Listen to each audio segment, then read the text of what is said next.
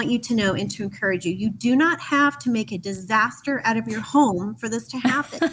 That is so good to know. I used to think, and I had a classroom of third graders. I had 28 with no aid. And when I was in public school, I do Christian ed now, and it's a lot different. But I'm like, how am I going to get these kids to, I would break out the shaving cream. I would spend an hour cleaning up after we had our activity, right? Right. But we don't have to do that. There are so many ways that you can stimulate those senses without making a disaster out of your home. It doesn't have to be rocket science, okay? All you have to do. How many of us have seen those cross-stitch little, they're like an 8.5 by 11 plastic cross-stitch. Why don't you just put one of those down, grab a crayon. I have my kids do this. Let's say I have a kid that hates handwriting, hates it.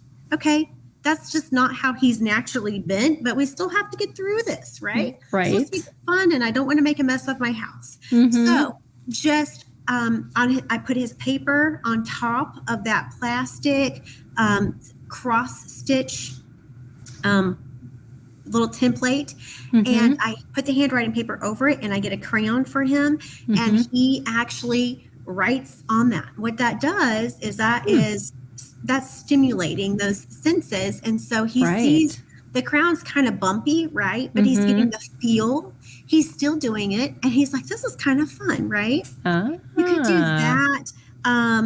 Something else that we do is, this is a lot of kids need, like, for example, if I have, these are my little these are, I have tons of these. So I only put out 3, but we call these, like this one right here. This is a magnet that I have put on the back of these lips, because with my auditory learner, he needs to know what my lips look like. He needs to know what the T and the D say.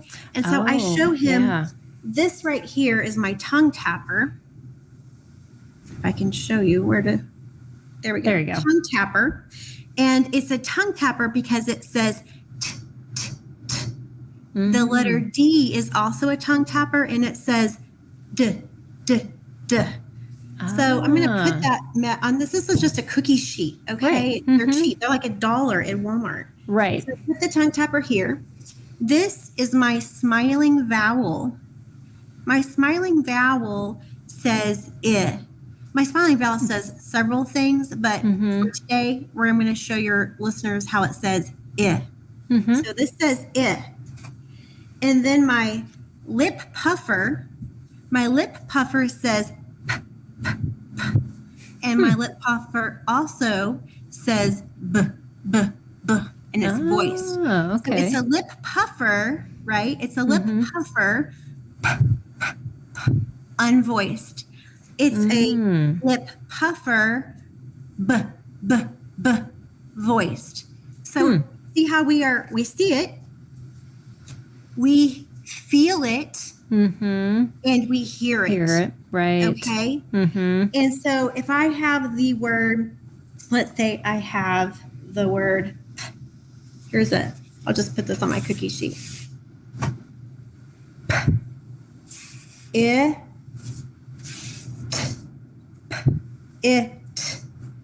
Pit. If this is pit, show me dip. Just switch them. Switcheroo. So we can make it fun for them in that way. That's just something if you're looking at something for your language lessons. You can do that with bigger words, shorter words, whatever. I just want to do something easy for you today. Yeah. So and especially when the letters themselves, they seem so abstract to some students. Yes. And to have that visual of this is the way my mouth looks instead, as kind of a gateway into that we have to put these things together in order to make a word. I see that as extremely beneficial to a lot of students who, you can't start with those basic curriculums because they really aren't ready.